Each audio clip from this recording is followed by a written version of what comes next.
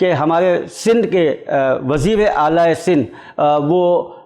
امریکہ چلے گئے، اور اب پاکستان پیپلز پارٹی کے چیئرمین بلاول بھٹو بھی امریکہ جا رہے ہیں، اور میرے خیال سے جب یہ پروگرام آپ دیکھیں گے تو ہو سکتا ہے کہ اس وقت تک وہ امریکہ جا چکے ہوں۔ اس بات پہ ہم بات کریں گے۔ ہمارے ساتھ اس وقت جو مہمان موجود ہیں ان سے میں آپ کا تعارف کراتا چلوں۔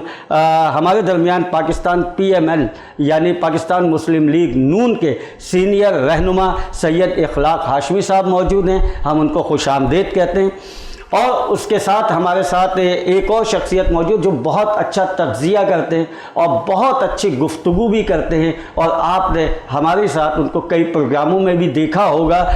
جناب ندیم صاحب وہ ہمارے ساتھ موجود ہیں، senior executive human rights council کے۔ آپ دونوں کا میں ایک بار پھر شکریہ ادا کرتا ہوں۔ یہ تمام چیزیں میں نے بتائیں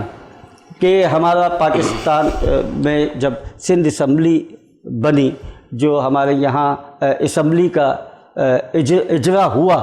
تو کس طرح سے ہوا، اور 10 اگست 1947 کو کیا گیا۔ اس کے بعد گورنر قائد اعظم محمد علی جناح بنے۔ قائد اعظم محمد علی جناح نے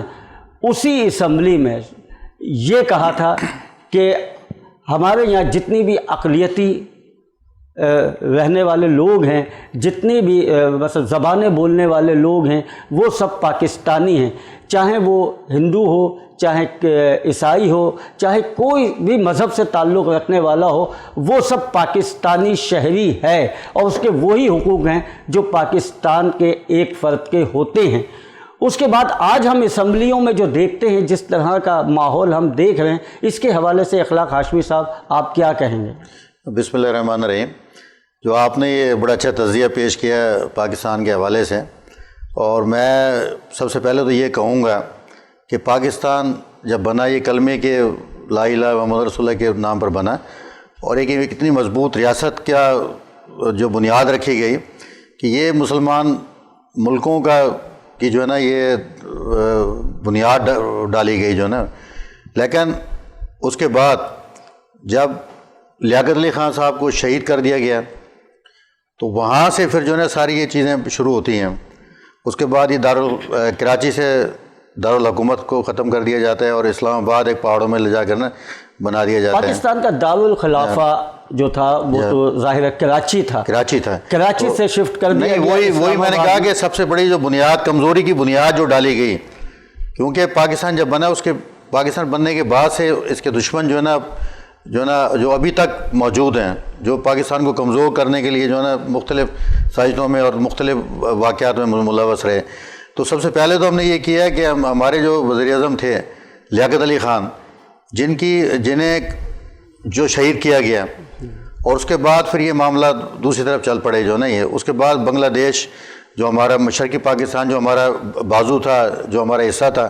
اسے علیحدہ کیا گیا۔ وہ پوری میرے خیال تمام بچے لوگ جانتے ہیں کس طرح سے اسے جو ہے نا علیحدہ کیا گیا۔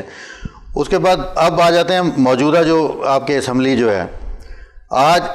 اسمبلی ہال کے اندر بڑی تعداد کے اندر جو ہے نا ارکان موجود ہیں، اور اسی طرح سینٹ کے اندر ہیں، لیکن اور ایک منٹ ہمارا جس کے اوپر لاکھوں روپے خرچ ہوتے ہیں ہمارے جو ہے نا، اور ایک MNA کو ہم نہ جانے کتنے مہارات دیتے ہیں، کتنی اس کی تنخواہ ہے، اور اگر آپ ایک MNA کا خرچہ لگا لیں تو پتہ نہیں کتنا نہیں کہ ہمارے جتنا کچھ بھی دیا جاتا ہے، کہاں سے ان کو دیا جاتا ہے، یہ تو سب ہمارے جو ٹیکس دیا جاتا ہے، جو ہم لوگ دیتے ہیں، اسی سے ان کی تنخواہیں دی جاتی ہیں، لیکن عوام کے لیے وہ کیا کر رہے ہیں؟ وہی میں کہہ رہا ہوں کہ اسمبلی کا، قومی اسمبلی کے ممبرز کا کام ہے پاکستان کے لیے آئین بنانا ہے، قانون بنانا ہے، جو کہ ہم نے یہ بالکل ہمارے MNAs یہ کام نہیں کرتے، بلکہ ہمارے MNAs آج سڑکیں بنوا رہے ہیں، آج گٹر صاف کرا رہے ہیں، انہوں نے اپنا یہ کام لے لیا ہے۔ اور کوئی ہمارے اسمبلی ہال میں کوئی صحیح طرح قانون پاس نہیں ہوتا ہے۔ قانون آج تک مجھے بتائیں کہ سب ایوان صدر سے جو ہے نا قانون پاس ہو رہے ہیں، اسمبلی سے کوئی قانون، اور جب بھی کوئی قانون پاس ہونے کے یعنی کہ اپوزیشن اپنی رائے پیش کرتی ہے تو اس اجلاس کو جناب اتنا دنگا فساد اس میں ہوتا ہے کہ لوگ اتنے، اور لوگ دیکھ کر، ہم لوگ دیکھ کے شرمندہ ہوتے ہیں، اپنے ایم این ایس کو ہم دیکھ کے شرمندہ ہوتے ہیں بالکل، اور اس سے ہمارے ملک کی بدنامی ہوتی ہے دوسرے ممالک میں جب وہ لوگ دیکھتے ہیں اور وہ دیکھتے ہیں کہ یہ ایوان ہے، بہت معزز ایوان ہے جہاں پہ ملک کے لیے قرارداد منظور ہوتی ہیں، ملک کے لیے آئین بنتے ہیں، اور وہاں پہ کس طرح کے یہ لوگ ہیں جو ایم این اے، ایم پی اے، سینٹ کے لوگ کہلاتے ہیں، اور کس طرح سے ایک دوسرے پہ ہاتھ اٹھایا جا رہا ہے، کتابیں پھینکی جا رہی ہے۔ ندیم صاحب، آپ کیا کہیں گے اس حوالے سے؟ جب یہ آپ دیکھتے ہیں تمام چیزیں تو اس حوالے سے آپ کے دل پہ کیا اثر پڑتا ہے، آپ کیا سوچتے ہیں؟ دل پہ اثر والی بات تو عجیب سی کر دی آپ نے۔ پاکستانی عوام ہے، اور قائد اعظم محمد علی جناح نے جب 47 میں پاکستان کا بنا کے بنیاد رکھ کے ہمیں حوالے کیا تھا بابا قوم نے، تو یہ کہا تھا یہ جمہوری ریاست ہے۔ اچھا، اب جمہوری ریاست کو ہم لوگوں نے کیا کر لیا، اب ٹیبل ٹاک اور ٹاک شو کا مقصد بھی اب لوگوں کو سمجھ آنا شروع ہوا، کم از کم 20 سال بعد۔ بات یہ ہے آصف بھائی کہ آپ اور ہم جب اسمبلی میں بیٹھتے ہیں تو وہاں ہمارا آپس کے اندر ایک تکرار ہوتا ہے، اس تکرار کو کبھی کبھی تھوڑا شدت بھی اختیار کر جاتا ہے۔ یہ جمہوریت کا حسن ہے۔ میں نون لیگ کے بھی ہمارے ممبر بیٹھے ہوئے ہیں، ساتھی بیٹھے ہوئے ہیں، مجھے تھوڑا سا ان کے ساتھ وہ ہے، محبت کا رشتہ بھی ہے میرا، ان کے ساتھ دوست ہیں، لیکن میں صرف ایک بات بتانا چاہتا ہوں کہ جب آپ اور ہم ایک ریاست کے اندر رہتے ہیں تو وہاں دو بھائیوں کے آپس کے اختلاف ہو سکتے ہیں، اختلافات ہوتے ہیں۔ ندیم صاحب، میں آپ کی بات سے یہاں اختلاف یوں کرتا ہوں کہ اختلافات ہوتے ہیں لیکن اس جگہ ہوتے ہیں جہاں ملک کی ملک کے اوپر کوئی ایسی بات نہ آئے، لیکن وہ کتابیں پھینکنا، ایک دوسرے پہ ہاتھا پائی کرنا، یہ اسمبلی کا حسن نہیں ہے۔ آپ ٹھیک کہہ رہے ہیں، کچھ رویے ایسے ہیں جو ذرا شدت پسند محسوس ہوتے ہیں۔ آپ نے تو ہمارے یہاں اگر دنیا کے جتنے معظم معاشرے میں اٹھا کے دیکھیں گے، اسمبلیوں میں اس قسم کی حرکتیں ہو جاتی ہیں، یہ کوئی اتنا بڑا پرابلم نہیں ہے۔ اب مسئلہ یہ ہے کہ اس کے بعد ہماری قانون سازی ہو کس بات پہ ہے۔ آصف بھائی، میرا آپ سے سب سے بڑا اختلاف جو بھی بات کے درمیان میں نا، آپ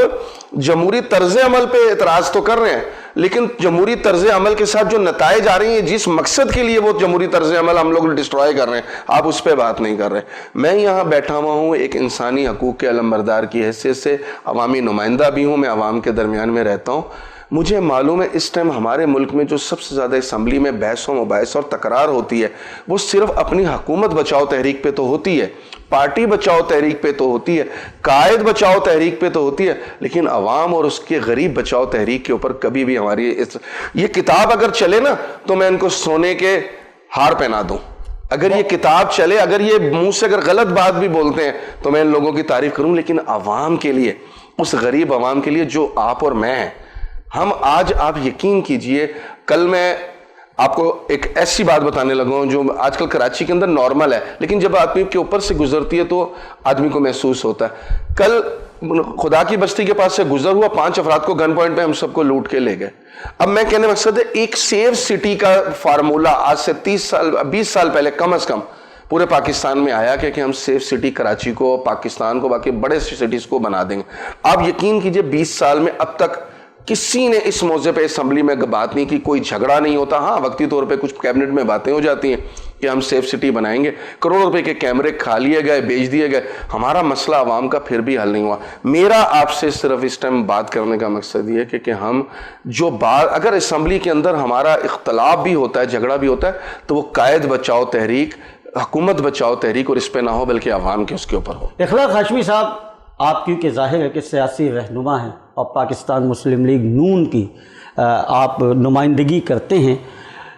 آپ کیا مطلب یہ بات صحیح ہے کہ جس طرح سے ہو رہا ہے ہماری اسمبلی میں؟ دیکھیں، پہلے تو میں آپ کو بتا دوں کہ ابھی بھائی نے جمہوریت کا نام لیا ہے، مجھے یہ بتائیں کہ صحیح طریقے سے ہمارے یہاں پاکستان میں الیکشنز نہیں ہوتے، یہ الیکشنز کو لوگوں کو جتوایا جاتا ہے۔ اب میں ایک چھوٹی سی مثال دوں گا کہ پاکستان کے وزیر اطلاعات و نشریات کا بڑا ایک اہم عہدہ ہوتا ہے، وہ وزیر اعظم کے بعد، یعنی کہ وزیر اعظم کی وہ نمائندگی کر رہا ہوتا ہے۔ لیکن کل آپ نے اپنے وزیر اطلاعات و نشریات کا بیان آپ نے سنا ہے ایک سیاسی پارٹی کے لیے کہ یہ آوارہ لوگ ہیں، آوارہ ان کی روحیں ہیں، یہ بھٹکتی پھر رہی ہیں۔ مسئلہ ہے کہ ابھی تو وہ اسمبلی نہیں رہی، لفظوں کا چناؤ جو ہے وہ صحیح نہیں ہے، اس سے یہ نہیں پتہ چلتا کہ آپ پڑھے لکھے معاشرے کے ایک شہری۔ آج یہ ہو رہا ہے کہ ہمارے وزیر اعظم صاحب جو ہیں انہوں نے جن لوگوں کو آج رکھا ہوا ہے، کسی کو لندن سے امریکہ سے بلایا ہے، کسی کو کہاں سے بلایا ہے، وہ جتنی اپوزیشن کو گالیاں دیتے ہیں نا اتنے وہ خوش ہوتے ہیں بیٹھ کے، بلکہ انہیں انعامات دیے جاتے ہیں۔ اخلاق ہاشمی صاحب لندن سے بلایا ہے، امریکہ سے بلایا ہے، جب آپ برسر اقتدار تھے تو کیا اس وقت نہیں تھے؟ نہیں ہمارے یہاں نہیں اس تھا۔ وقت کا وزیر خزانہ کہاں سے آیا تھا؟ نہیں ہمارا وزیر خزانہ کہاں سے آیا تھا؟ میں پوچھتا ہوں آپ سے، آپ بتائیے نا، ابھی بھی وہ موجود ہیں، وزیر خزانہ کی کرسی پہ موجود ہیں۔ یہ جو آپ کی پارٹی سے ہی پی ٹی آئی میں بھی لوگ گئے، وہ سندھ اسمبلی میں بھی بیٹھے ہوئے، دیکھیں وہی آپ لوگوں کے اوپر الزام تراشی کر رہے ہیں۔ پہلے دیکھیں میں آپ کو کہہ چکا ہوں کہ جمہوریت جو ہم کہتے ہیں جمہوریت، ہمارے اصل جمہوریت کے علمدار جو ہمارے ایم این ایز ہیں یا ایم پی اے جو منتخب ہو کر آتے ہیں، وہ صحیح طرح سے عوام انہیں منتخب نہیں کرتی ہے، وہاں سے ان کا ووٹ چوری ہوتا ہے۔ جب ووٹ چوری ہوتا ہے پسند کے لوگوں کو لایا جاتا ہے وہاں پہ، وہ پسند کے لوگ جو نا اس قسم کی حرکتیں کرتے ہیں اور جمہوریت کو بدنام کرتے ہیں، میں یہ بات کر رہا ہوں۔ اور جہاں تک رہی مسلم لیگ نون کیا، مسلم عمران خان صاحب کیا کہتے تھے کہ جی میں اپنے مشیر اتنے رکھوں گا، اتنے میں اپنے وزیر رکھوں گا۔ آج میں کہتا ہوں آج ان کے وزراء کی آپ تعداد لے لیں، انہیں وزرائے مملکت کا آپ تعداد لے لیں، معاملے خصوصی کا لے لیں، اس کے بعد مشیرین کی ایک لمبی، وہ کہتے تھے کہ وزیر اعظم ہاؤس کو میں جو ہے نا یونیورسٹی بناؤں گا، اس کا بھی آپ دیکھ لیں ایک ہیلی کاپٹر روزانہ بنی گالا سے اڑتا ہے اور وہ وزیر اعظم ہاؤس میں آتا ہے۔ تو میں یہ کہتا ہوں کہ نواز شریف کو تو چلو کہتے تھے کہ برا ہے جی وہ تو جو ہے نا کھا گیا ملک کو، لیکن ہم نے ڈلیور کر کے دیا اس پاکستان کی۔ آج جو بھی یہاں سے موٹر وے پہ سفر کرتا ہے تو نواز شریف کو دعائیں دیتا ہے۔ آج میں آپ کو ایک اور بتا دوں، سندھ میں بتاتا ہوں میں آپ کو کہ یہ جو موٹر اپنا، حالانکہ موٹر وے ہم اسے نہیں کہیں گے، چلے موٹر وے سے ہم بات کریں گے، مجھے بریک کی طرف جانا ہے، بریک کی طرف جانا ہے، تو میں بریک لے لوں، بریک کے بعد آپ سے آگے بات کرتے ہیں اور یہیں سے شروع کریں گے بات کو۔ ناظرین ایک بریک کے بعد آتے ہیں اور گفتگو کا سلسلہ یہیں سے جوڑیں گے۔